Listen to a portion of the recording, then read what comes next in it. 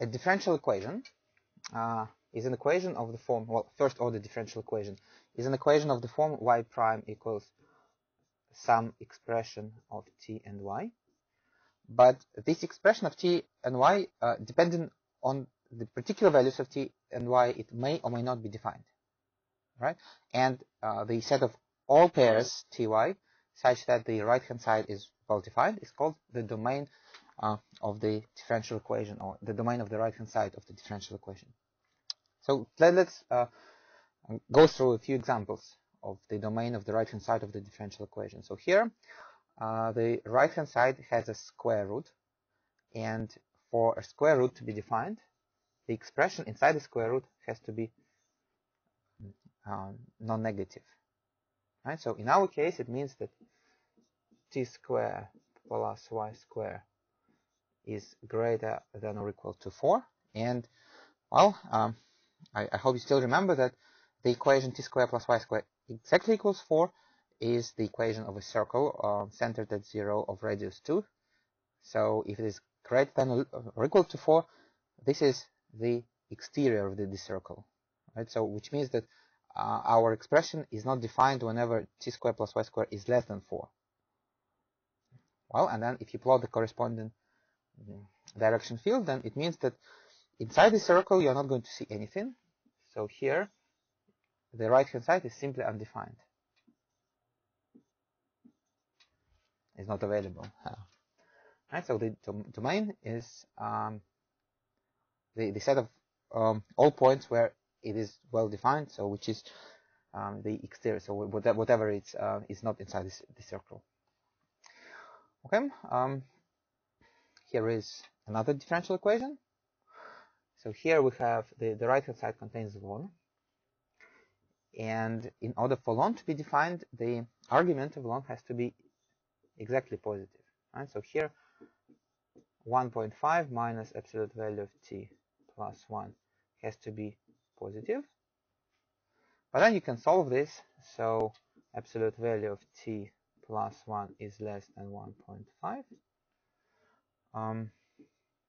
or t plus 1 itself is less than 1.5 and bigger than negative 1.5. So t is between minus 2.5 and 0.5, and this is what you see. So there are only arrows here corresponding to the values of t between minus 2.5 and 0.5, and the domain of the right hand side looks like an infinite vertical strip. So here is a combination. So here the argument of ln has to be strictly positive, and the argument of square root has to be non-negative.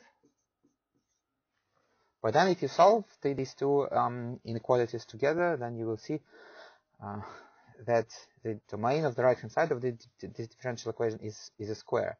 But it's a bit tricky, right? So when t is negative 2 or positive 2, so these points are not included in the domain. So here it is undefined.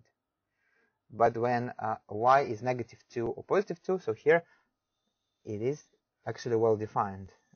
These two parts, the right hand side is well defined. So the domain of the right hand side here is, well, it is a square, but it's a bit open on sides and closed on top and bottom.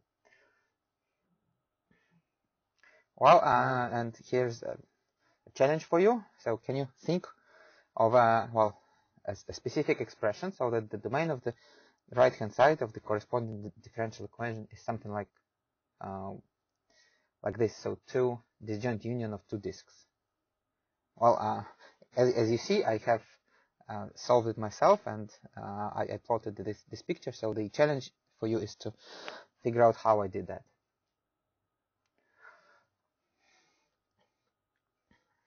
So again, in the next example, the right hand side is t over 3y, and again, so the domain is of the right hand side is whatever combinations of t and y for which the right hand side is well defined. So in other words, when you need to determine the domain, you need to think is it possible for certain values of t and y that the right-hand side is undefined, right? And if you have ln, then the argument of ln has to be positive. So if it's negative or 0, then it's undefined.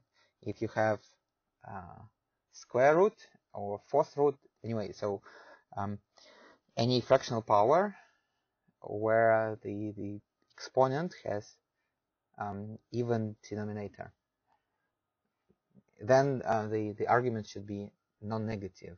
Well, but here there is no ln, but there is division, right? And whenever you have a division,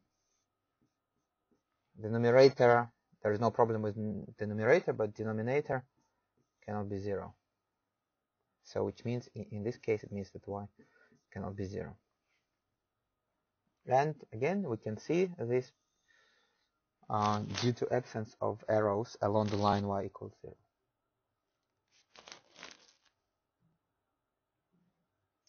Well, sometimes when we apply differential equations to model something in real life, then sometimes it makes sense to restrict the domain of the differential equation artificially. So it's like if you try to model the population, then although mathematically, if you just write this differential equation, then of course it is defined for all values of y, positive and negative, but since population has to be in a negative, then it may make sense to just artificially restrict the domain, right? So in other words, when you introduce this differential equation, you just add the condition that y is bigger than or equal to 0. Okay, I hope this is clear, and here is a little quiz for you. So please, I suggest that you pause the